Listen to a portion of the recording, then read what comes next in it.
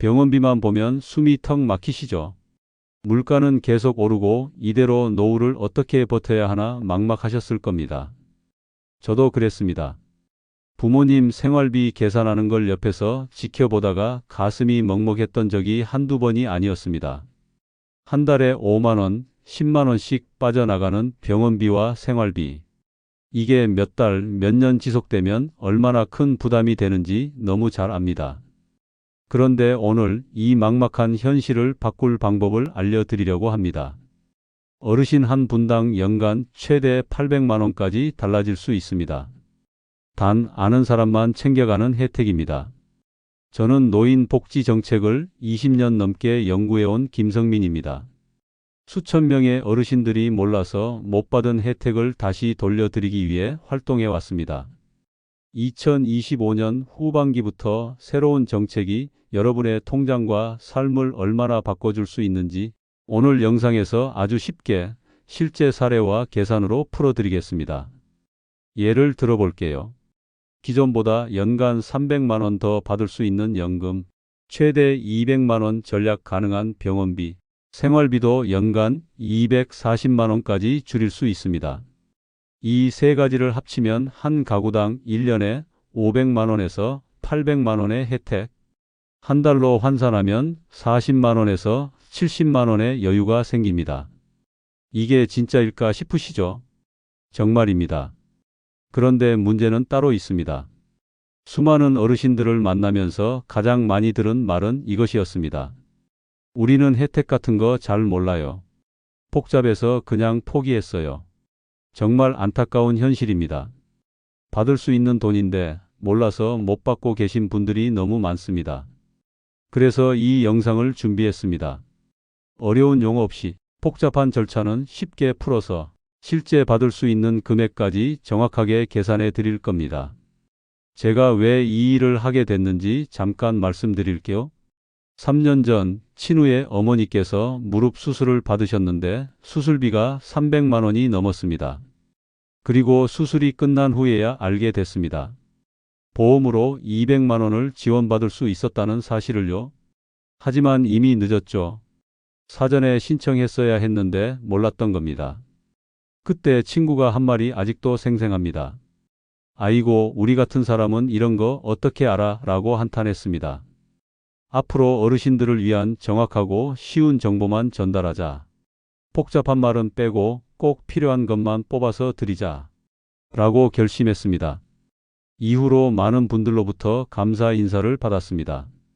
예를 들어 72세 박할머니는 제 얘기를 보고 기초연금을 신청하셨고 한 달에 27만 원, 1년에 324만 원을 추가로 받게 되셨습니다. 그분이 저에게 전화를 주셨어요. 선생님 덕분에 손주들 용돈도 여유 있게 줄 수 있게 됐다고요. 그럴 때마다 이 일을 하길 잘했다는 생각이 듭니다. 여러분도 오늘 이 영상을 통해 놓치고 계셨던 혜택들을 꼭 챙겨 가셨으면 좋겠습니다. 이제 본격적으로 핵심 혜택을 알려드릴게요. 가장 먼저 기억하셔야 할 건 바로 연금제도 개선입니다. 혹시 이런 생각 해보신 적 있으세요? 우리는 부부인데 왜 연금을 덜 받지? 맞습니다. 지금까지는 부부라는 이유만으로 기초연금을 20%나 깎아서 줬습니다. 혼자 사는 분은 34만 원을 받는데 부부는 각자 27만 원씩 밖에 못 받았던 거죠. 그런데 이 억울한 제도가 드디어 바뀝니다. 새 정부는 부부 감액을 단계적으로 폐지하기로 했습니다. 예를 들어 부부 감액이 20%에서 10%로 줄어들면 각자 30만 원씩 받게 되고 부부 합산 60만 원, 기존보다 한 달에 12만 원, 1년이면 144만 원이 더 들어옵니다. 이 정도면 외식도 한 번 더, 여행도 한 번 더 다녀오실 수 있는 여유죠. 여기서 끝이 아닙니다. 국민연금을 받고 계신 분들 중에 이를 병행하고 싶은 분들 많으시죠? 그런데 지금까지는 소득이 있으면 연금이 깎였어요. 얼마 전 68세 이 어르신께서 이런 말씀을 하셨어요. 나는 몸이 건강해서 더 일하고 싶은데 일하면 연금이 줄어드니까 결국 손해다. 그 말씀이 맞습니다. 지금까지는 월 100만 원의 연금을 받는 분이 1에서 350만 원을 벌면 연금이 75만 원으로 깎였습니다. 25만 원 손해를 본 거죠. 하지만 이제는 다릅니다. 앞으로는 연금 100만 원 그대로 받고 일한 소득도 그대로 유지됩니다. 한 달에 25만 원, 1년이면 300만 원을 더 받을 수 있게 되는 겁니다. 일할수록 손해였던 구조가 이제는 일해도 손해보지 않는 구조로 바뀌는 거예요. 두 번째는 의료비 지원 제도 개선입니다. 노후의 가장 큰 걱정, 바로 병원비죠. 치과 치료는 물론이고 수술이나 간병까지. 한번 병원에 다녀오면 몇십만 원이 훅 빠져나갑니다. 먼저 치과부터 살펴볼게요. 임플란트 하나에 100만 원 넘게 드는 거 다들 경험해 보셨을 겁니다. 지금은 65세 이상에게 2개까지만 보험이 적용됩니다. 그런데 앞으로는 60세부터 더 많은 개수까지 보험이 확대 적용될 예정입니다. 예를 들어 62세 어르신이 임플란트 3개가 필요하다고 해볼게요. 현재는 300만 원 전액 본인 부담입니다. 하지만 새 제도가 적용되면 30%만 부담하면 됩니다. 즉 90만 원만 내면 되고 210만 원을 아낄 수 있습니다. 다음은 백내장 수술과 무릎 관절 수술입니다. 기존에는 기본 재료만 보험이 적용됐고 조금 더 좋은 재료를 쓰면 수백만 원을 추가로 내야 했죠. 특히 백내장 수술에 많이 쓰이는 다초점 렌즈, 이게 보험 적용이 안 되다 보니 200만 원 이상을 따로 내야 했습니다. 하지만 바뀐 정책에서는 이 다초점 렌즈에도 보험이 확대 적용될 가능성이 높아졌고 실제 부담액이 50만 원 수준으로 줄어들 전망입니다. 즉 150만 원을 절약할 수 있게 되는 거죠. 그리고 가장 큰 부담 중 하나, 간병비도 달라집니다. 병원에 입원하면 하루 10만 원 이상 나가는 간병비, 한 달이면 300만 원, 두 달이면 600만 원에 육박합니다. 제가 실제로 만난 분 중에도 남편분이 뇌졸중으로 입원하시면서 간병비로만 수백만 원이 나갔다고 하셨습니다. 그런데 이제 건강보험으로 간병비를 일부 지원받을 수 있게 됩니다. 절반만 지원받아도 한 달에 150만 원을 아낄 수 있습니다. 이건 단순한 복지가 아닙니다. 노후의 불안을 덜어주는 실질적인 변화입니다. 세 번째는 주거와 생활비 지원 제도입니다. 나이가 들수록 가장 많이 드는 생각이 이런 거죠. 집이 점점 불편해지는데 어디를 고쳐야 할지 모르겠고 혼자 사는 것도 부담스러워지기 시작합니다. 이런 현실적인 고민을 줄이기 위해 새 정부는 다양한 주거 지원과 생활비 지원을 준비했습니다. 먼저 주거 지원부터 말씀드릴게요. 낡은 집에는 안전 손잡이도 설치해주고 미끄럼 방지 타일도 깔아줍니다. 이런 기본적인 수리 외에도 가장 눈에 띄는 건 바로 공공신탁 제도입니다. 예를 들어 5억 원짜리 집을 갖고 계신다고 해볼게요. 이 집을 국가에 맡기면 계속 그 집에 살면서도 매달 150만 원에서 200만 원 정도 생활비를 받을 수 있습니다.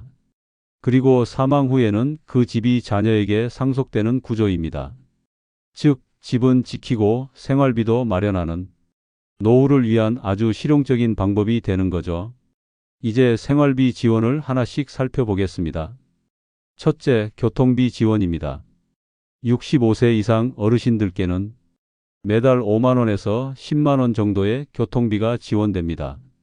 버스나 지하철을 걱정 없이 이용할 수 있는 수준입니다. 둘째, 통신비 지원입니다. 매달 3만 원씩 통신비를 지원받으면 스마트폰 요금이 줄어들고 손주들과 영상통화도 더 자주 할 수 있게 됩니다. 셋째, 전기요금 지원입니다. 여름엔 에어컨, 겨울엔 난방비. 매달 2만 원에서 3만 원씩 지원받으면 연간 24만 원에서 36만 원을 아낄 수 있습니다. 넷째, 생필품 할인입니다. 마트에서 쌀이나 식용유, 의약품을 살 때 10%에서 20% 할인받을 수 있는데요. 한 달 기준으로 약 5만 원 정도 절약됩니다. 이렇게 지원 항목을 다 합치면 생활비가 연간 180만 원에서 240만 원까지 절약될 수 있습니다. 한 달로 나누면 15만 원에서 20만 원 정도의 여유가 생깁니다. 이 정도면 적어도 노후 생활이 버거운 수준에서는 조금 벗어날 수 있지 않을까요? 이제 마지막 네 번째입니다. 이번에는 많은 분들이 놓치기 쉬운 보너스 혜택을 소개해 드릴게요. 이런 것들은 정부에서도 크게 홍보하지 않아서 정작 아는 사람만 신청해서 받고 있습니다. 첫 번째는 문화 바우처입니다. 영화, 공연, 책 구입 등에 사용할 수 있는 문화 전용 바우처가 매년 20만 원까지 지원됩니다. 처음엔 금액이 작아 보일 수 있지만 한 달에 한 번 영화관에 다녀오고 가끔 책도 사고 문화센터 강의도 듣는다면 삶의 질이 훨씬 풍요로워질 수 있습니다. 두 번째는 건강검진 항목 확대입니다. 지금은 2년에 한 번 받는 정기검진이 앞으로는 매년 더 다양한 항목으로 확대됩니다. 암검진도 더 자주, 더 정밀하게 받을 수 있게 됩니다. 제가 늘 강조드리는 게 하나 있습니다. 병은 초기에 발견하는 게 치료비도 적고 고생도 덜하다. 이런 검진을 잘 받기만 해도 연간 50만 원 이상의 의료비를 아낄 수 있습니다. 세 번째는 장기요양 서비스 확대입니다. 나이가 들수록 가장 큰 걱정 중 하나가 아플 때 누가 돌봐줄까 하는 문제입니다. 새 정부는 요양보호사를 더 쉽게 그리고 더 오래 이용할 수 있도록 제도를 바꾸고 있습니다. 지금은 하루 4시간까지만 가능한 요양 서비스가 앞으로는 6시간에서 8시간까지 확대될 예정입니다. 또 본인 부담금도 줄어들게 됩니다. 특히 혼자 사시는 어르신들께는 이 제도가 가장 실질적인 돌봄의 버팀목이 될 수 있습니다. 자녀들도 훨씬 마음 놓을 수 있겠죠. 이제 가장 중요한 이야기를 드리겠습니다. 지금까지 소개해드린 혜택들을 어떻게 신청해야 하는지 그 실전 절차를 안내해 드릴게요. 아무리 좋은 제도도 신청하지 않으면 단 한 푼도 받을 수 없습니다. 그리고 무엇보다 중요한 건 신청 순서입니다. 아무 데나 먼저 가는 게 아니라 정해진 절차에 따라 움직이셔야 합니다. 1단계 기초연금부터 신청하세요. 모든 복지 혜택의 기초가 되는 제도입니다. 기초연금을 받고 있어야 다른 혜택도 훨씬 수월하게 연결됩니다. 필요한 서류는 신분증, 통장 사본, 그리고 소득과 재산 관련 서류입니다. 2단계 의료비 지원 상담을 받으세요. 건강보험공단에 방문하셔서 본인에게 적용 가능한 지원 프로그램이 어떤 게 있는지 상담을 받아보세요. 임플란트, 백내장, 관절 수술 등 계획이 있으시다면 반드시 미리 상담을 받으셔야 합니다. 3단계 생활비 지원 항목을 신청하세요. 교통비, 통신비, 전기요금 같은 항목은 각각 다른 부서나 기관에 신청해야 하지만 한 번만 신청하면 매달 자동으로 지급됩니다. 잊지 말고 꼭 챙기세요. 4단계 보너스 혜택은 상황에 맞게 선택하세요. 문화바우처, 건강검진 확대, 장기요양 서비스 등은 본인의 상황에 따라 골라서 신청하시면 됩니다. 신청할 때 꼭 기억해야 할 3가지 주의사항이 있습니다. 첫째, 서류를 빠뜨리지 마세요. 필요한 서류가 하나라도 빠지면 승인이 몇 달씩 지연될 수 있습니다. 둘째, 신청 기간을 꼭 확인하세요. 일부 혜택은 기간이 정해져 있어서 놓치면 다음 기회까지 기다려야 합니다. 셋째, 담당 공무원에게 꼭 물어보세요. 모른다고 부끄러워하지 마세요. 제도는 도움받으라고 있는 것이고 질문은 오히려 현명한 선택입니다. 마지막으로 제가 실제로 만난 어르신의 사례를 하나 들려드릴게요. 올해 70세가 되신 김할아버지 부부 이야기입니다. 남편분은 기초연금과 국민연금을 합쳐 월 60만 원, 부인분은 전업주부로 기초연금 27만 원을 받고 계셨습니다. 두 분 합산 월 소득은 87만 원. 생활비로는 턱없이 부족한 수준이었죠.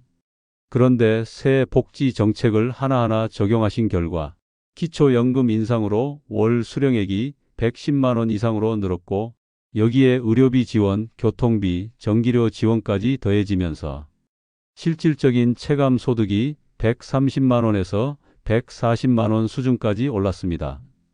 김할아버지께서 저에게 이렇게 말씀하셨습니다. 선생님, 젊었을 땐 이런 제도가 있는 줄도 몰랐습니다. 그저 열심히 일하고 저축만 하면 되는 줄 알았는데 막상 나이가 드니까 세상이 너무 달라졌더라고요. 그런데 이제는 좀 마음이 편해졌습니다. 여러분, 이게 바로 우리가 바라는 진짜 변화 아닐까요? 이제 오늘 이야기의 핵심을 한 번 더 정리해 드릴게요. 연금 혜택으로 연간 144만 원에서 300만 원까지 증가. 의료비 지원으로 70만 원에서 200만 원까지 전략. 생활비 지원으로 180만 원에서 240만 원까지 전략. 보너스 혜택으로 50만 원에서 100만 원까지 추가 혜택. 이 모든 것을 합치면 한 가구당 연간 500만 원에서 800만 원의 경제적 혜택, 월 기준으로는 40만 원에서 70만 원 정도의 여유가 생길 수 있습니다. 물론 이런 변화가 하루아침에 전부 이루어지진 않습니다. 정책은 시간이 걸리는 일이니까요.